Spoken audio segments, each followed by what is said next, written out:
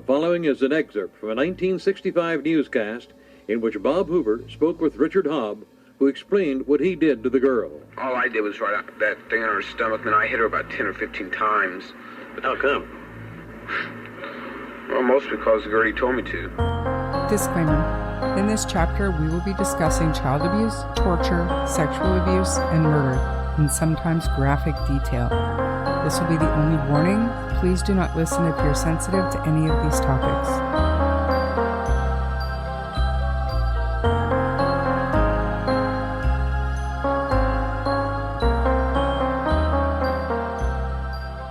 Today, we are going to dive into the Likens case. True crime junkies will know a lot about this case already, but it never fails to shock me every time I go through it. You know, I've read through the story lots of times, but every single time it's just disgusting.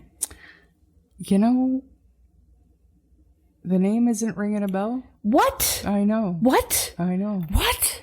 Like I Are you read serious? I read a little bit, and it's reminding me a little bit of the Vera Jo case. Uh-huh. But You don't know this one. not off the top of my head. My memory is not the greatest Okay, right now, so okay. maybe as we go through it, it'll come to me. But as of right now, I'm not familiar. Okay, well, let me know when it starts ringing bells, because you had to have heard of it. All right. Well, I'm looking at the year, and I don't know. At 16 years old, Sylvia was increasingly neglected, belittled, sexually humiliated, beaten, starved, lacerated, burned, and dehydrated by her tormentors. Her autopsy showed 150 wounds across her body, including several burns, scald marks, and eroded skin. So that's just a little bit more towards the disclaimer of what we're going to be getting into here. Sylvia Marie Likens was born on January 3rd, 1949. She was the third child of Lester and Elizabeth Likens. She had 4 siblings, which were 2 sets of twins. One set of twins was older while the other was younger. She was the middle child, literally. One of the younger twins, Jenny, had a limp leg due to polio, and Sylvia took care of her. She was kind of like, it happens often. She naturally fell into the role of the one expected to take care of Jenny. Mm-hmm. One of their favorite things to do would be to go skating. Sylvia would take the time to put the one skate on Jenny, and she would just hold her hand and hold her up so that she could skate with and like all the other kids. Aww. Right? She really cared about her. In 1965, Sylvia met Paula and Stephanie Banaszewski. Sorry if I don't say that right, but that last name is the last name of this evil, treacherous family. They met at Arsenal Technical High School, and on June 3rd, 1965, Sylvia's mother was arrested for shoplifting. Lester, Sylvia's father, sold concessions at carnivals and usually took the boy siblings with him, but he could not bring his daughters. Since the Likens and Banaszewski girls got along, Lester decided to send Sylvia and Jenny to live with Gertrude. So Gertrude is Paula and Stephanie's mother. He agreed to pay $20 each week for their board and care. Gertrude promised to care for the girls as if they were her own. Let's get into that bitch. Gertrude was born on September 19th, 1928. She married John Stefan Banaszewski at 16 years old. The couple had 4 children together. John became physically violent toward Gertrude, and she divorced him in 10 years. Weeks later, she married Edward Guthrie. He, too, turned out to be abusive, and they divorced within months. Gertrude then remarried her first husband, had 2 more children, and divorced for the second time. Wow. Right? Like, this woman. Next, Gertrude met 22-year-old Dennis Lee Wright, and the unwed couple had 1 son together, Dennis Jr., in 1965. Dennis abandoned Gertrude and the baby. So why did we kind of run through that really quickly? Because by 1965, Gertrude was a haggard, chain-smoking single mom of 7 living in squalor at 3850 East New York Street in Indianapolis, Indiana for $55 a month. $55 a month. Imagine that. That's crazy. I know it's back in the day. Yeah, it's back in the day and it didn't cost that much, but $55 still seems like super low. Mm-hmm. At first, the Banazuski family treated Sylvia and Jenny kindly. The Likens and Banazuski girls spent time singing popular songs and gossiping about boys. They were typical girl besties, I guess, really. Gertrude was known for creating a home, though, that accepted and welcomed bad behavior from the neighborhood kids. They could drink, smoke, and even have raunchy sex talks around Gertrude. The neighborhood kids would come and go as they pleased, and I think Gertrude got a kick out of it, truly. Sylvia and Jenny shared a bedroom with 11-year-old Marie and 10-year-old Shirley and 8-year-old Jimmy. So, squalor. The room had one mattress on the floor that 5 children took turns sleeping in. Terrible. Lester Likens never stepped foot in the home of the woman he hired to care for his daughters. If he had, he would have noticed that there weren't enough beds. The house had a hot plate where the stove should have been. Gertrude was in no position to take in children. Gertrude was suffering for money. Without the weekly $20, she had no way to feed all 9 children and still pay rent. She was glad that Lester paid $20 up front, but when the future payments arrived late, or not at all, she became enraged. Yeah. The Likens sisters became the object of Gertrude's rage. After the first late payment, she dragged Jenny up the stairs and whipped her with a leather belt. The money arrived in the mail the day after the first spanking. So if she had just waited just a little bit, she would have gotten the money. Sylvia and Jenny's father came a few days later and gave another advance payment. The sisters said nothing of the beating. They were always too afraid to talk. When Gertrude learned that Sylvia was recycling pop bottles for cash, she beat her with a 1/4-inch wooden paddle. She hit her repeatedly across the back and head. When Gertrude became weak due to her chronic bronchitis, she handed the paddle to Paula. The abuse increased in frequency and severity. They say that Gertrude may have felt sorry for Jenny due to her fragile state with her limp leg, because by August of 1965, Gertrude concentrated all of her abuse on Sylvia. One time, Sylvia admitted she had a boyfriend in California. Gertrude was disgusted, and so was her daughter, Paula, who repeatedly kicked Sylvia in her vaginal area and accused her of being pregnant. Wow.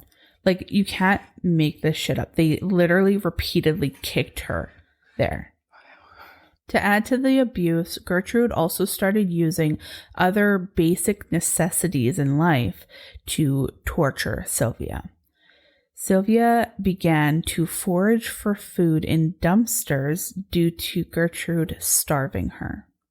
When Gertrude caught Sylvia foraging, she, Paula, and a neighbor child named Randy Lepper forced her to eat a hot dog loaded with a bunch of condiments and spices. When Sylvia threw up, the 3 monsters made her eat the vomit. Good Lord. Yeah, this... Is it ringing any bells? Because it would have by now, I think. No, it's not, but I might just be... You've looked at so many cases, maybe just forget this one. Or... Yeah, and I mean, it's so similar to the Vera Regal. So it is. And in fact, when you did Vera, it made me think of this one, and this is why I ended up doing this one. Because, like, I hadn't really heard much about Vera, but I was thinking this is kind of familiar, but I'm thinking of Sylvia. Right. So the girls returned to school in the fall, which pleased their father and helped the Hell House keep up appearances. But behind closed doors, the abuse only worsened. Gertrude accused Sylvia of spreading rumors that Paula and Stephanie were prostitutes. Gertrude would give the girls trouble right in front of her own children and their friends. This showed her kids that they could treat Sylvia horribly and get away with it. In one instance, Stephanie's 15-year-old boyfriend, Coy Hubbard, attacked Sylvia as Stephanie snickered and Gertrude taunted Sylvia by calling her terrible names. Gertrude accused Sylvia of stealing gym clothes. As punishment, she burnt her fingertips with a lit match while screaming that she hated Sylvia and how she was ruining her life. Somehow the subject turned to Sylvia's alleged promiscuity. Gertrude warned Sylvia not to do anything with boys until she was married, and Sylvia replied she hadn't and wouldn't, which only infuriated Gertrude. She took it as talking back. Gertrude allegedly then shrieked as she kicked Sylvia's pubic area repeatedly. / pelvis, honestly, but... Wow. Kicking Sylvia did not give Gertrude the full satisfaction that she was seeking. She made Sylvia strip naked, and that is when they inserted a glass cola bottle into her vagina while her child accomplices watched and laughed. I'm speechless. I don't know how people can be like this. Full abuse. Horrible. Horrible. Sylvia's parents checked on their daughters on October 5th. The girls didn't tell their parents as, again, they were afraid that, their parents would leave them there and it would only make things worse. Gertrude banned the girls from seeing their sister Diana, which was the only other sister, and... So the parents are seeing the girls. I wonder, they must have been being fed and bathed, and, They seen her October 6th. So at this point, she got a couple of spankings, a lot of mental abuse, and the bottle in the vagina. So, this is a few months, but there is a turn that goes worse. Oh. Yeah. So after that, Gertrude told the school Sylvia had no interest in going and pretended to be concerned. But in reality, after this visit, Gertrude banned Sylvia to the cold basement. Coy became one of Sylvia's primary attackers. Again, he is Stephanie's boyfriend. Wow. He enjoyed body slamming Sylvia forcefully onto the concrete basement and tying her up for days at Gertrude's command. Kids from the school visited the residence and participated in Sylvia's torture. Gertrude coached them step by step. Jeez, she sounds just like Sugar Babe. Right? Just so crazy. And kids would get away with things around her, so they wanted to please her so that they can continue. That she was the cool house, when really it was just filth. Nothing was off limits. If the children wanted to practice judo, Gertrude had them practice on Sylvia. Some kids put cigarettes out on Sylvia's skin, and Gertrude would actually bathe Sylvia in scalding hot water until her skin blistered. Why? Torture, literally just to torture her. Yeah. Paula once beat Sylvia's face until she broke her wrist. Doctors put a cast on her arm while Paula bragged about exactly how she broke it. And when she got home, she continued to hit Sylvia, but now with her cast. Oh my God. Gertrude used a needle to carve the letter I into the flesh of Sylvia's abdomen. Unable to finish the full statement, she encouraged her 15-year-old neighbor, Richard Hobbs, to complete the task. He carved into her belly, quote, "I am a prostitute and proud of it." At Gertrude's request, Richard heated a metal hook and attempted to brand the letter S on Sylvia's chest, but instead branded her with the number 3. Hoover then spoke to one of the Baniszewski children, who told him how the victim was treated. She refused food. We tried to give her soup every once in a while and stuff like that, and she wouldn't take it. Well, how about these scratch marks on her stomach? Who put them on her? I did. Why?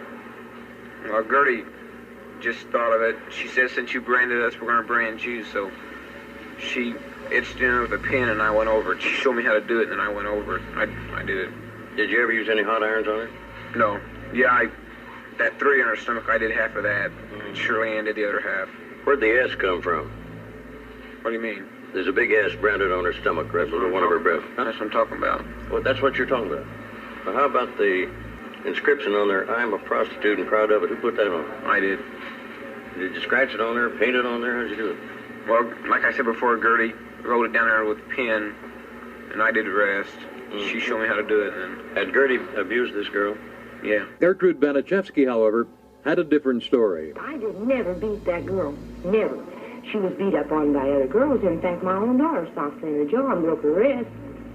And so, I mean, there you go. And girls around the neighborhood beat her up, bloodied her nose. One girl broke her nose, in fact, I think. Were you ever in contact with the police on any of these occasions? Well, in the last few weeks, in fact, I think if he'd talked to my daughters, I'd ask them that the children's father and I are divorced, and he's a policeman in Leech Grove, or was. And I've asked the girls repeatedly, called their dad and asked them what to do. And in fact, I asked Jenny, I said, Jenny, and I told Sylvia, I said, Sylvia, I'm going to have to call the police or somebody because I can't have any responsibility. Coy returned and tied Sylvia up in the basement, where he slammed her frail body into the wall over and over. Sylvia ended up telling Jenny that she could tell she was going to die. She was in bad shape, and she was weak, and she was trembling, and obviously Jenny was worried. The beatings and torture had taken its toll, and Sylvia started to lose control of her limbs. Gertrude noticed Sylvia was struggling and allowed Sylvia to stay in an upstairs bed. Well, a mattress on the floor. But after Gertrude gave Sylvia a bath when she was upstairs, something changed, and she sent her back to the basement and forced her to write the following letter. Quote, to Mr. and Mrs. Likens, I went with a gang of boys in the middle of the night, and they said they would pay me. I would give them something, so I got in the car and they all got what they wanted. And when they got finished, they beat me up and left sores on my face and all over my body. And they also put on my stomach, I am a prostitute and proud of it. I have done just about everything that I could do just to make Gertie mad and cause Gertie more money than she's got. I've tore up a new mattress and peed on it. I have also cost Gertie doctor bills that she really can't pay and made Gertie a nervous wreck and all her kids. Just a horrible letter. Just disgusting. That night, Sylvia heard Gertrude and her children making plans to dump her in the woods. In a last-ditch effort, Sylvia tried to run.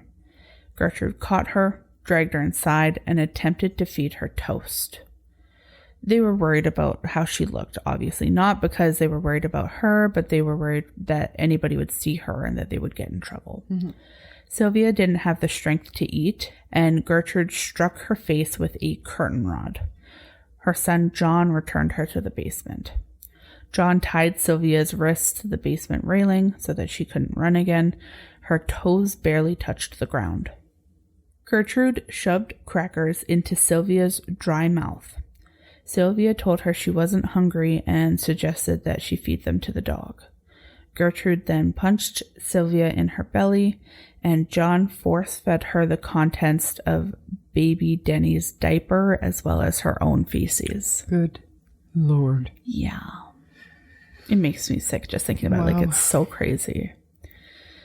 October 25th, Gertrude, Cody, and John beat Sylvia until she lost consciousness when Gertrude stomped on her head. When she came to, she gathered up enough strength to bang on the basement floor and walls, hoping someone would help her. No one came.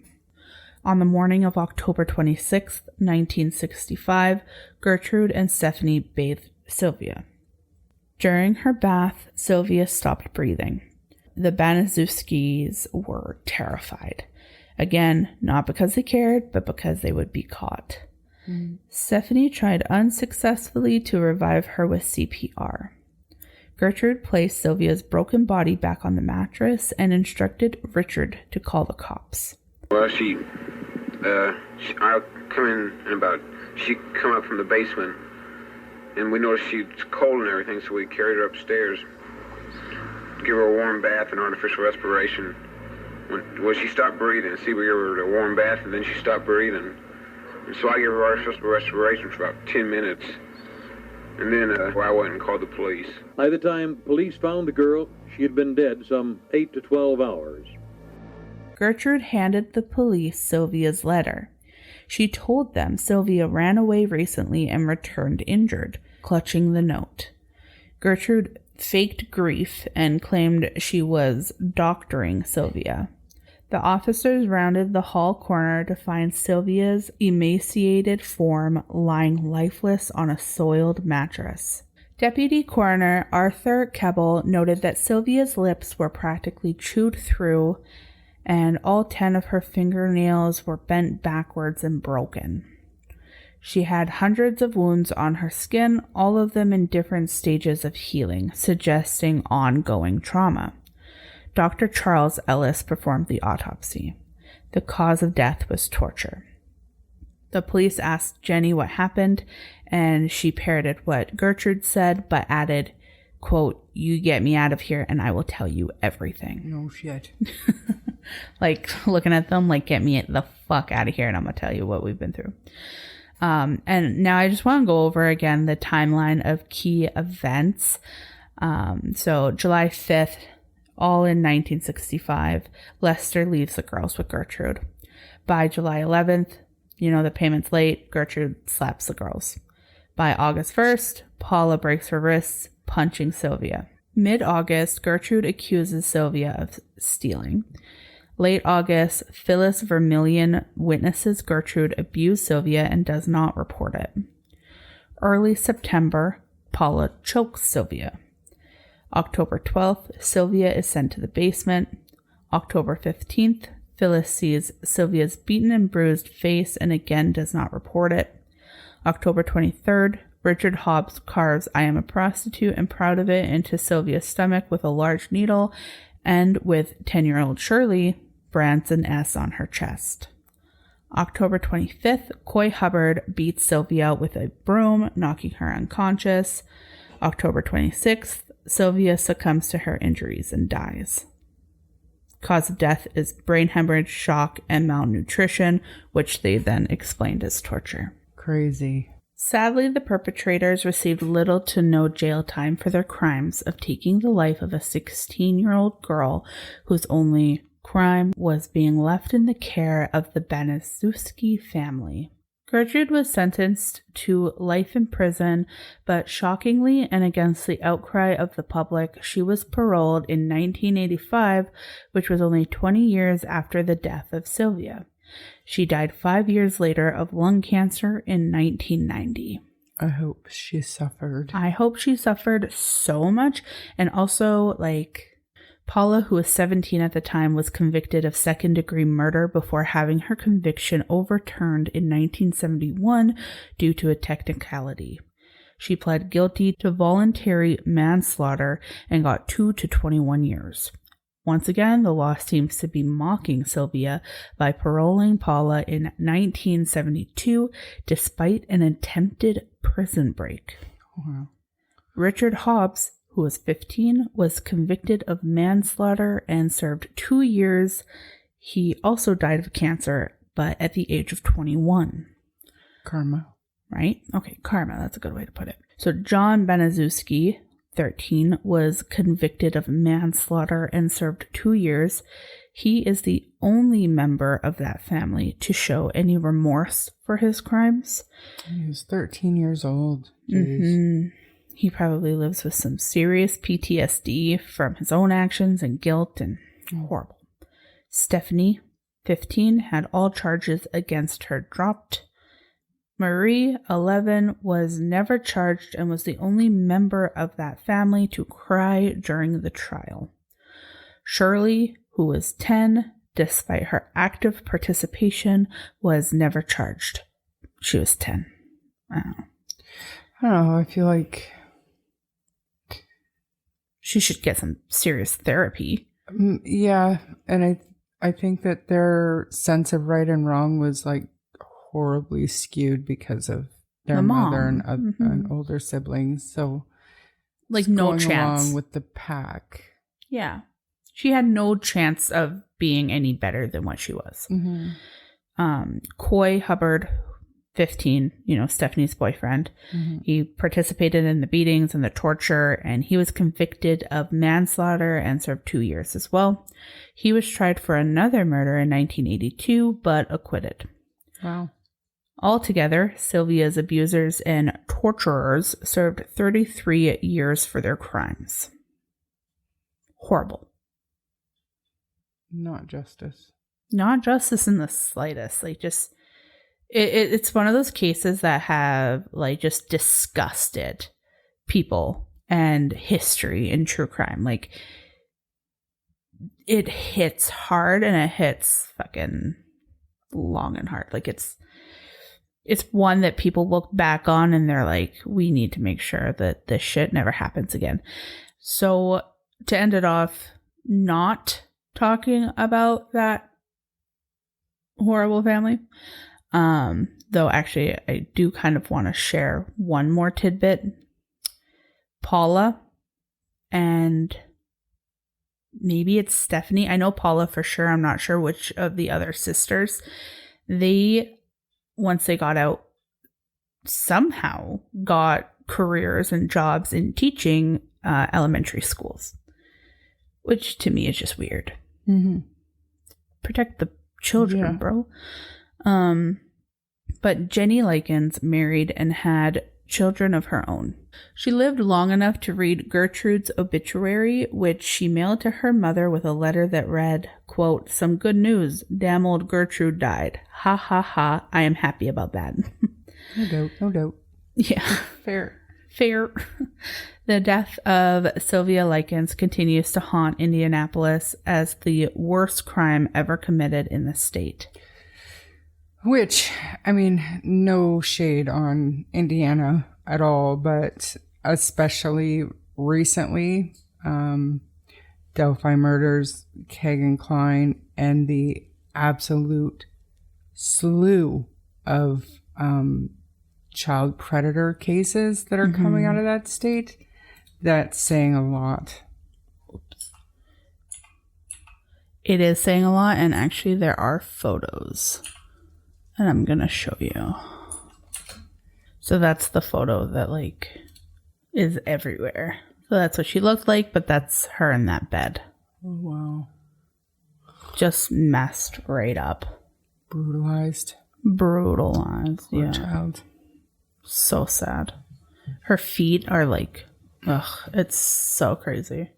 The house sat empty for decades before it was leveled, just like before. But now it's a church parking lot. A memorial dedicated to Sylvia's memory stands in Willard Park, where Sylvia used to play. Absolutely disturbingly disgusting. Evil truly does exist. It does, and I think we show that at least twice a week. Literally. At least twice a week. What story are you working on now? It's hard to say because I don't know when we're going to be releasing said. Well, just like what story can the listeners expect in the future / near future, in May, let's say? Actually, right now I am enthralled with the Letitia Stock case. The murder of little 11-year-old Gannon Stock. He, this woman is completely, like, we've seen Casey Anthony and her lies. We've seen other alleged lies, whatever. I don't even care if she's a liar. I'm going to do that case. I decided. Yeah. It'll be speculation, but this Letitia is beyond anything I've ever seen. It's mind-boggling. It really is. So I'm working on that case. I'm also trying to get some new facts about Summer Wells' investigation to put that together. There are a couple of other older cases that I'm working on. One of the bigger ones is Ted Bundy. I want to make sure that I cover everything with that case. It's been covered to death, I know, but yeah. And I think that, starting in May, I'm gonna start looking at doing some updates, because June is a very exciting month for true crime and criminal justice. We've got actually Kagan Klein being sentenced on May 18th. And then after that, June 15th and 16th, we've got Richard Allen, the Delphi murder suspect, having his bail hearing.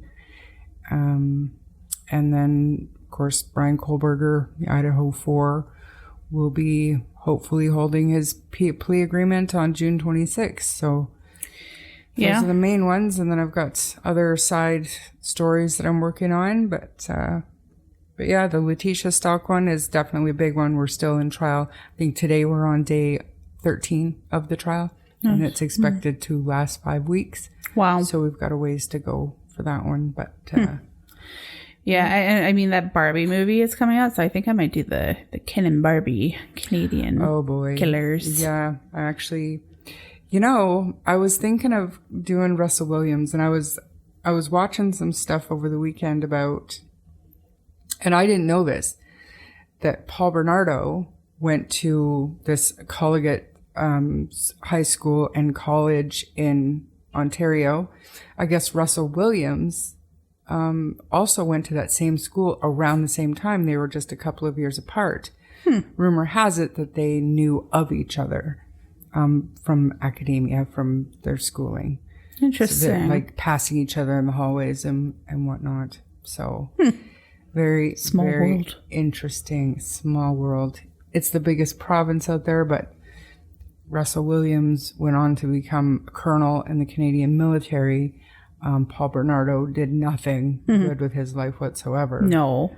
But yeah, the Paul Bernardo, I think the bigger story there is Karla Homolka serving 12 years, deal with the devil. And the more I read about it, the more I don't understand how they were able to go through with that deal. So I would be super excited to hear your take on that case. Can't wait. No, I'm obsessed with that one too, so it'll be a fun one.